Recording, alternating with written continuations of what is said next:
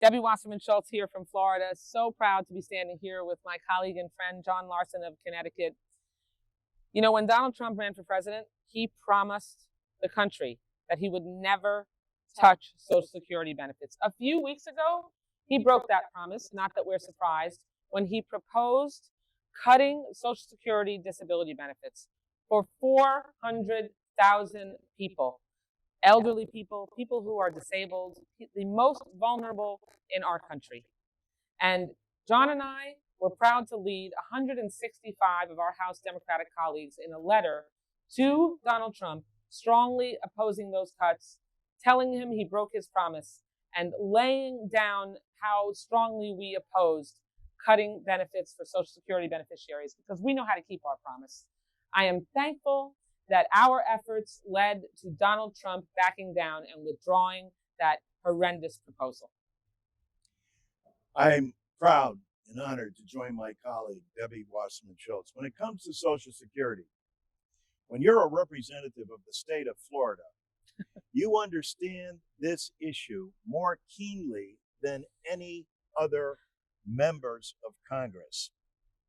I can't credit her enough for taking the bull by the horns, so to speak, and making sure that our colleagues, once presented with the evidence of the most vulnerable amongst us, would be denied benefits, was outrageous and frankly immoral.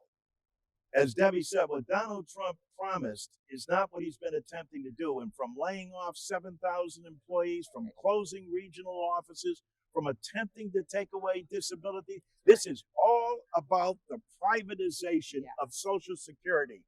Debbie Wasserman Schultz understands that, and at the grassroots level and here in Congress, led the effort that I was proud to join her in to make sure that our colleagues are equally aware of what's going on right before our very eyes.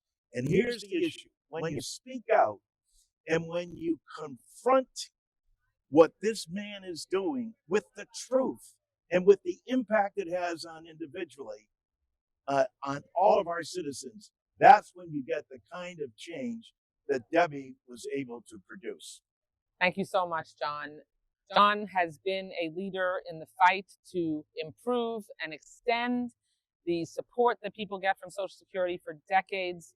I am so proud to have him as a colleague and friend, proud to represent the state of Florida with the largest percentage of seniors in the United States of America.